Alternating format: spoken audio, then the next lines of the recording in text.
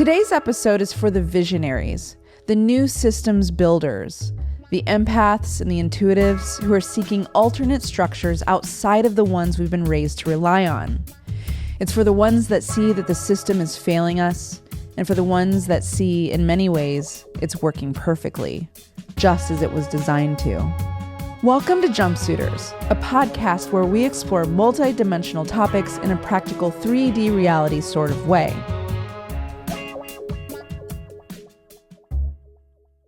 It used to be easier when it seemed like the world had a single shared reality, when our primary paradigm was one-dimensional, good versus bad, right versus wrong, us versus them. This binary dualistic worldview made it easier on our nervous systems. We could put ourselves and each other in boxes. We could look outside of ourselves and put our faith in external authorities like gods or governments that promised to protect us, save us even. But we find each other at a time of unrest and unease. The things that we thought were certain, like our career paths or our marriages, our physical safety, and our God-given rights, all seem suddenly up for grab. What we're collectively facing is existential.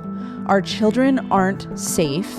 Our government has been taken over by Christian nationalists who believe it's their divine duty to bring forth the apocalypse. And there's a madman somewhere with his finger on the button. So when the things that once kept us distracted, like our jobs, became threatened by AI, even the richest, smartest man in the world can't seem to answer this simple question. What meaning will humans have in a post-job society? That is, if we're still here. We've read history books about revolutions and great awakenings, and despite the fact that we've never had more resources or the ability to connect to anyone, anywhere, at any moment across the planet, we find ourselves sitting here asking the same question. Who's going to do something? Someone? Anyone? Who's going to stop this? Surely there's a system or someone within the system out there that hasn't been corrupted, that still holds some sort of power to hold this kind of evil accountable. Do your job, we scream. Do your job.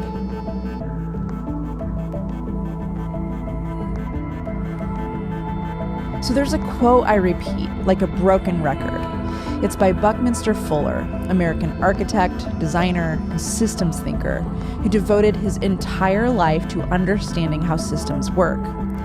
He says, you never change things by fighting the existing reality. To change something, build a new model that makes the existing model obsolete.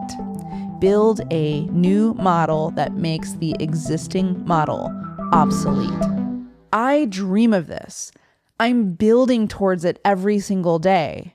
It's the meaning I've chosen to give myself post-job. And ironically, it's become my new job. I imagine building something that's so coherent, so effective, and so compelling that anyone who tastes it can never go back. But the part I would add to the Buckminster Fuller quote, a huge thing that I feel is missing, is that in order to build something different, we must first become something different. Otherwise, we'll end up building the exact same thing, just a different flavor. So I'm not waiting for AI to take the last human job to tell you that there's only one human job left: to do this work. The work of becoming the most healed, most alive, most authentic version of yourself. It's shadow work. It's the work of really knowing yourself. The work of integrating all of the fragmented parts so that you can co-create a new reality that benefits all beings, not just your traumatized parts.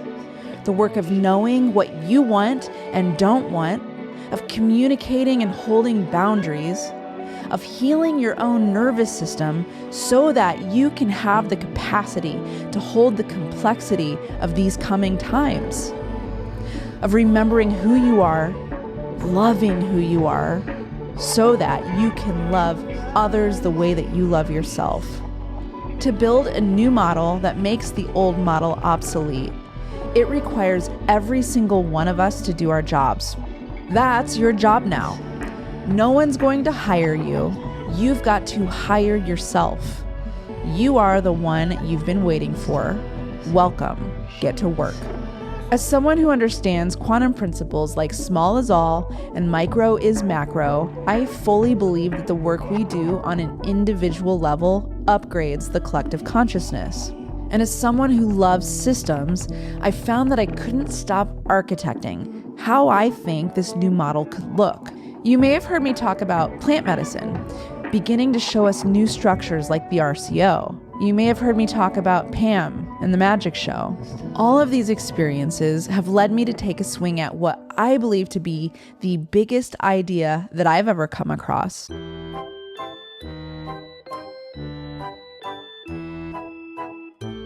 Big ideas are ideas that fundamentally change behavior and shift culture. And I've been in this work myself. Jumpsuit's been hired year after year to generate big ideas for the largest advertiser in the world. So I think that's why I got so excited when I met Pam. Pam's a big idea expert. She's also a world-class athlete, a toy entrepreneur, a global franchise expert, was the former chief revenue officer who scaled EOS worldwide, and my favorite fun fact, Pam invented the McDonald's breakfast dollar menu. A literal genius, and according to chat, someone whose big ideas and big implementation of these ideas have easily generated over $100 billion. Pam's the man, so to speak. When I met Pam, she was tired of business and was ready to play. When I first met Pam, she had tricked me. Someone had told her about me, and after looking me up, she got the sense that I too like big ideas and like to play. So one day, Pam shows up on my Google Calendar and pays me $250 to have a conversation with her. She tells me about an idea she has called the Magic Show, but wouldn't tell me what it was, and then tricked me somehow into inviting myself. So the Magic Show ended up being a psychedelic journey that expanded my own understanding of what psychedelic containers could look like. I was used to therapeutic containers and even ceremonial ones, but the Magic Show was a playful, creative container. You think you're buying a ticket to the show, but ta-da, you're the show. You're the magic. With this kind of container, the Magic Show is emergent and it creates itself. After the Magic Show, Pam gave all of us some of our money back and then invited us to throw our own magic shows. In some ways, it's kind of like the anti-MLM. After becoming friends with Pam, we start playing around with what business as unusual could look like. What could we learn from self-organizing movements like revivals and AA? What if we could create the largest employer on the planet that paid people to do their jobs, the human job? What if we paid each other and then tricked everyone into accidentally creating the new economy? What if we called this whole thing job? What if job, J-O-B, stood for joy of being? Did we just start a church? What if doing our jobs was actually the most efficient way to create the new world we all want to live in? Would we all have new jobs then? New human jobs that never existed before?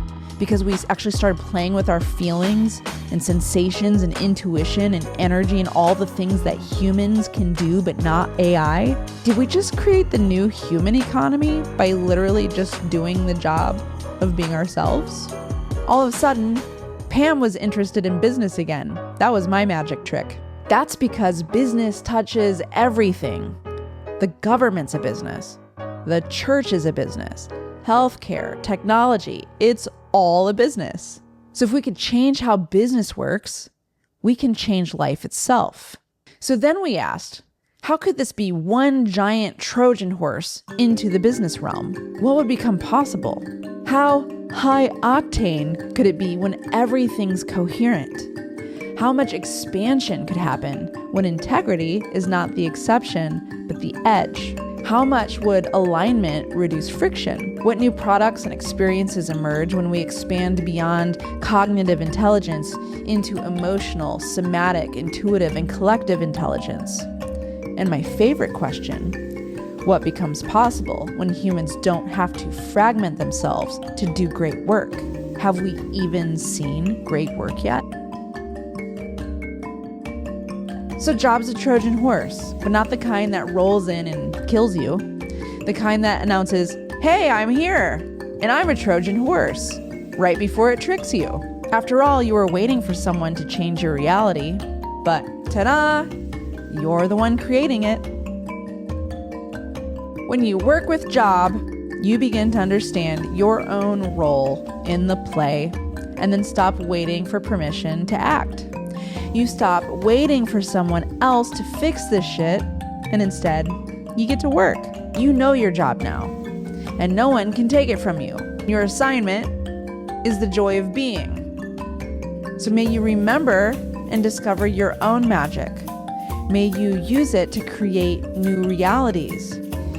May you be a mirror as you prototype new companies and containers of all shapes and sizes designed to help other human beings remember their magic. Forget and remember. Forget and remember. Welcome to the cosmic joke. There was a quote during the AIDS epidemic that goes, "We buried our friends in the morning, we protested in the afternoon, and we danced all night." So to all of the humans and all of the AIs listening to this, the human job matters more than we've ever been taught.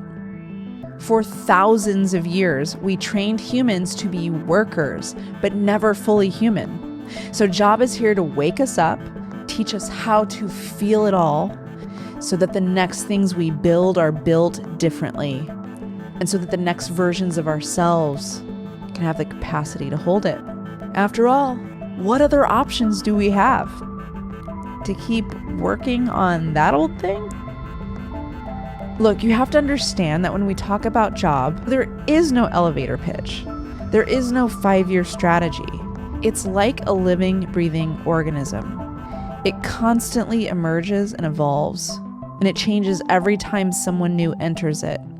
So instead of trying to wrap your head around what it is or what it isn't, I invite you to sense into what it is by how it makes you feel, by what it invites you to imagine. And as you begin doing your job, the only job that you can do, maybe you'll find your capital T team who can help you reinvent healthcare. Or maybe you create the first job headquarters in your city. Maybe you buy an abandoned building in your hometown and start throwing magic shows. Maybe you attend our first annual job fair, which will be a literal fair.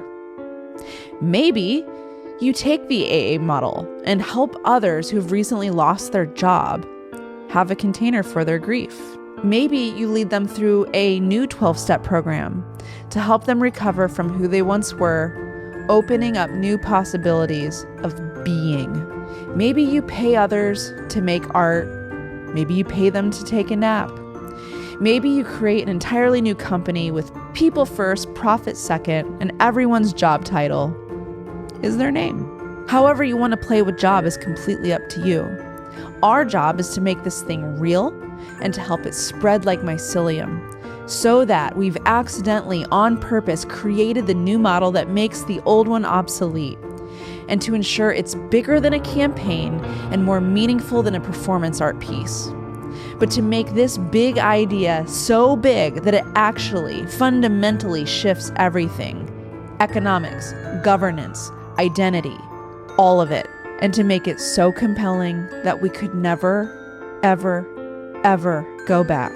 And if you think that any of this is a trick, we are dead fucking serious.